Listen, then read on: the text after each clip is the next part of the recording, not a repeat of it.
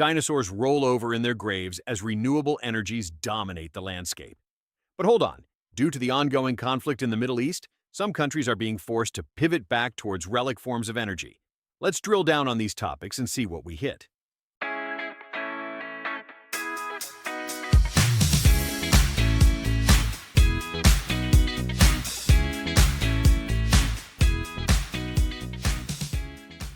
What's up, guys, and welcome back to the Crude Tube, the pipeline supplying you with the must-know news and events on all things energy-related. Today is Saturday, April 11th, 2026, and crude is trading around $97 per barrel at the time of this recording. Today we talk about the milestone that renewable energies have set, but also why burnt-out forms of energy are making a comeback. And of course, I started this channel to talk energy, and that includes energy crises, so we'll take a core sample from the Strait of Hormuz and analyze those layers. Topic 1. First ever fossil fuel exit summit. In a watershed moment for the global energy transition, the International Renewable Energy Agency states clean power sources, encompassing solar, wind, hydroelectric, geothermal, and modern bioenergy, now make up nearly half of the world's capacity to generate electricity. 46 nations plan to meet in Colombia to discuss ending their dependence on oil. This has not merely been an incremental gain. This represents a fundamental restructuring of how power is produced, distributed, and consumed across every major economy, from industrialized nations to emerging markets. Solar energy has been shining the brightest, a ray of hope, leading the charge and becoming the cheapest form of new electricity generation in a vast majority of countries, while offshore wind has briskly blown into a gigawatt-scale industry capable of powering millions of homes. Even in regions historically dependent on coal, such as China and India, renewable installations have shattered annual records, propelled by both air quality concerns and the strategic desire to reduce imported fuel dependence. However, reaching 50% of capacity does not equate to 50% of actual generation, a critical nuance that underscores the ongoing challenges of intermittency, storage, grid modernization, and dispatchability.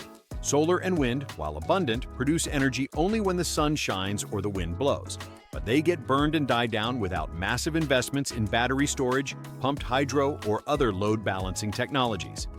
Fossil fuel plants and nuclear reactors still provide the baseload and peaking power needed to keep grids stable. No doubt the summit will likely produce a mosaic of bilateral agreements, finance pledges, and sector-specific roadmaps, covering everything from phasing out coal power by 2040 to ending flaring and methane leaks by 2030.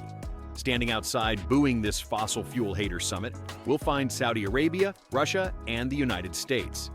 What remains clear is that the energy world has entered a new era, one where the question is no longer if a fossil fuel exit is possible, but how quickly it can be managed without leaving entire regions or workforces behind.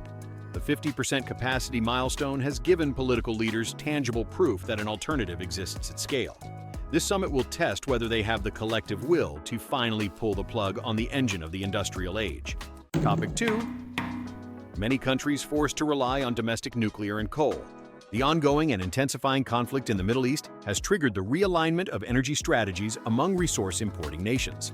While fossil fuel deniers are planning their board meeting abroad, nations like Japan, Germany, and South Korea are forced to reconsider their assumptions about supply chain reliability due to the volatility unleashed by the current U.S. Iran crisis, threats to the Strait of Hormuz, and the real possibility of a wider regional war. Analysis from WoodMac, a global research and consultancy group, indicates prolonged disruption could have oil and gas import dependence by 2050. According to WoodMac, a prolonged disruption in Middle East energy exports would act as a powerful accelerant for structural changes that might otherwise have taken decades. Japan, for example, has historically relied on imported natural gas for roughly 40% of its electricity generation. They've announced plans to cut its natural gas consumption in favor of restarting idled coal-fired power plants.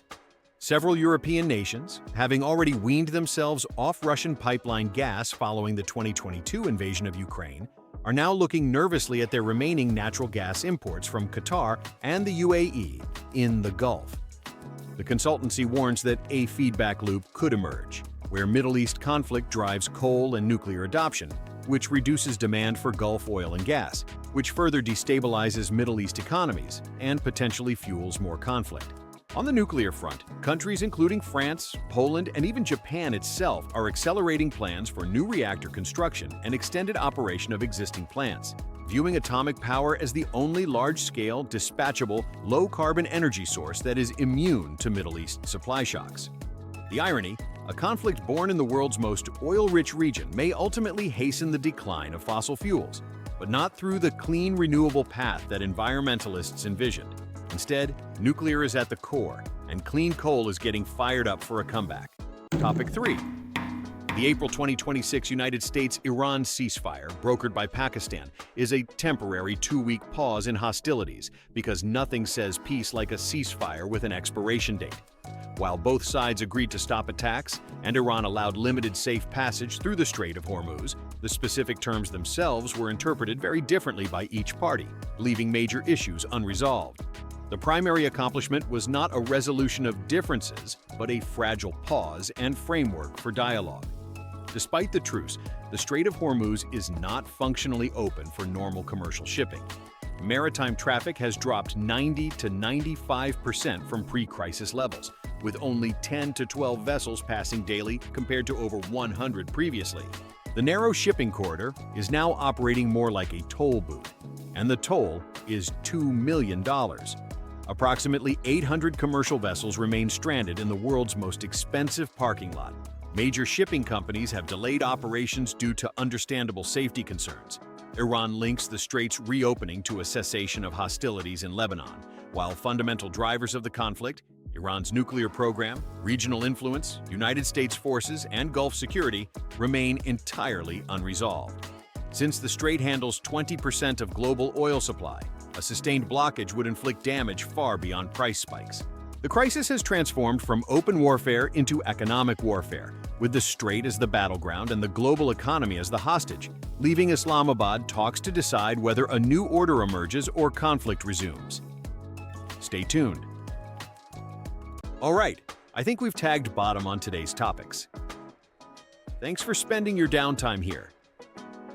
If you don't want to miss the next string of content, go ahead and hit that subscribe button. I'm keeping the pipeline full with weekly breakdowns, field notes, and market shifts, so tap that bell to keep the flow rate steady. Keep it turning to the right. I'll see you in the next one.